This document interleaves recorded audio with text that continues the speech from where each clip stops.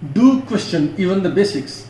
You will be a fool for once. If you don't, you will be for a lifetime. Good morning, students. Welcome to SST So Simple tutorial.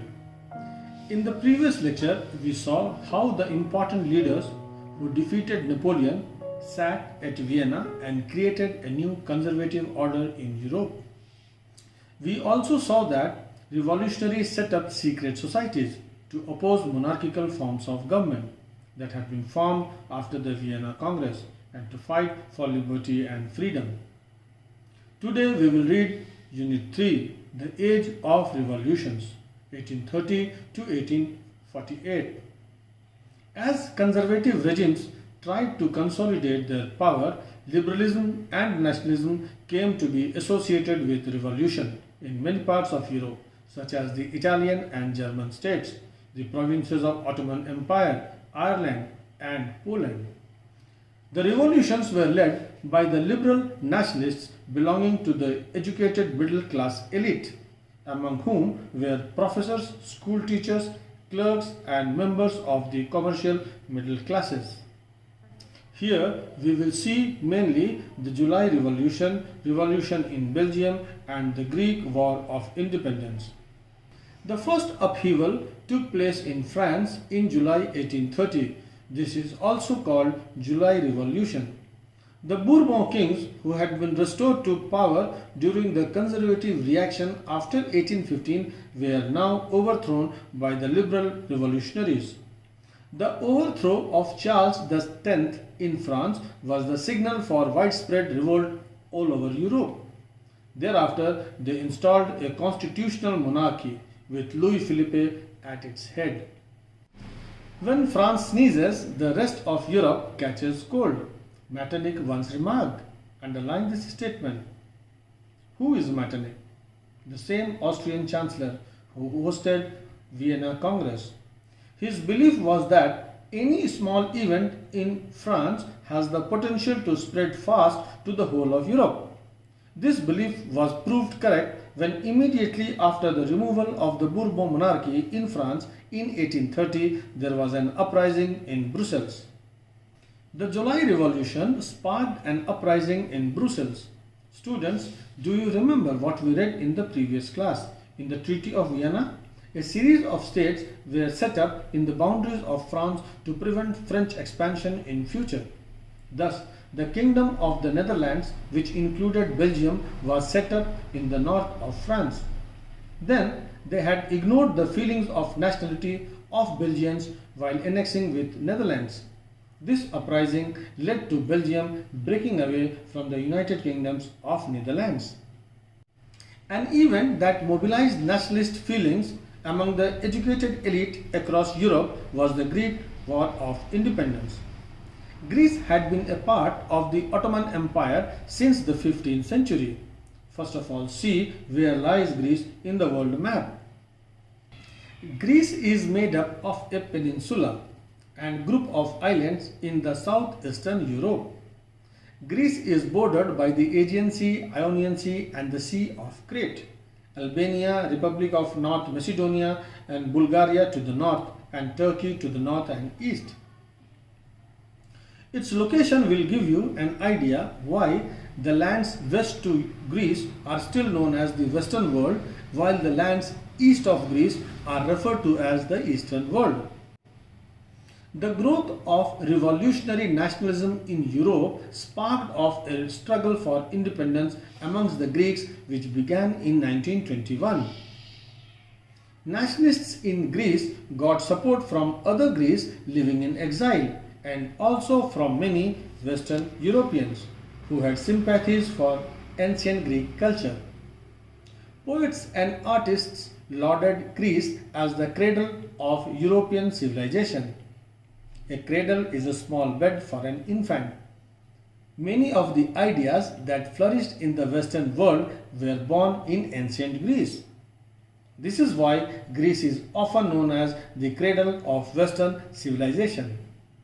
These artists mobilized public opinion to support its struggle against a Muslim empire. Ottoman Empire was a Muslim empire. Lord Byron was an English poet who became a revolutionary in the Greek War for Independence. He organized funds and later went to fight the war, where he died of fever in 1824. That is why Greeks revere him as a national hero. Finally, the Treaty of Constantinople was signed between Britain, France and Russia on one side and Ottoman Emperor on the other in 1832. This treaty recognized Greece as an independent nation. You will not find Constantinople in the map today. Constantinople is today's Istanbul, the most populous city of Turkey. Outbreaks occurred also in Poland and in the German states, but they were suppressed. Liberals, liberals took charge and planned for further action. So let us do a quick recap. First of all, there is a revolution in France in 1830.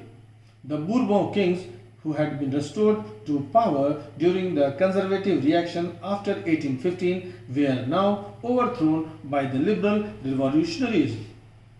Thereafter, a constitutional monarchy is installed with Louis Philippe at its head. This is then followed by a revolution in Belgium. Belgium breaks away from the United Kingdom of Netherlands. Then we see the Greek War of Independence, the Treaty of Constantinople in 1832, which recognized Greece as an independent nation. This brings us to the end of today's class. Students, now you should be able to answer these questions. Who led the liberal revolutions in Europe? It was led by the educated middle class elite. They comprised of professors, school teachers, clerks and members of the commercial middle classes. 2. What was July Revolution? July Revolution was the revolution that took place in July 1830 in France. The Bourbon kings, who had been restored to power during the conservative reaction after 1815, were now overthrown by the liberal revolutionaries. 3. When France sneezes, the rest of Europe catches cold. Who said this and why? The answer of the first part is due Metternich. His belief was that any small event in France has the potential to spread fast to the whole of Europe. This belief was proved correct when immediately after the removal of the Bourbon monarchy in France in 1830, there was an uprising in Brussels. 4. Describe in brief the Greek War of Independence of 1832. The growth of revolutionary nationalism in Europe sparked off a struggle of independence amongst the Greeks which began in 1821. Nationalists in Greece got support from other Greeks who were living in exile and also from many West Europeans who had sympathies for the Greek ancient culture. Finally, the Treaty of Constantinople was signed in 1832, which recognized Greece as an independent nation. 5. Why is the time period from 1830 to 1848 known as the Age of Revolutions? Explain. So in this question you will say you will explain the July Revolution, the revolution in Belgium and then the Greek War of Independence. That means all the three questions that we have answered before, they all will be clubbed together in this answer. Thus we finish the topic of the day. In the next class, we shall see about Romanticism and how culture played an important role in arousing the national spirit among the people. For any queries, you can use the comment section and don't forget to subscribe. Happy reading. Thank you.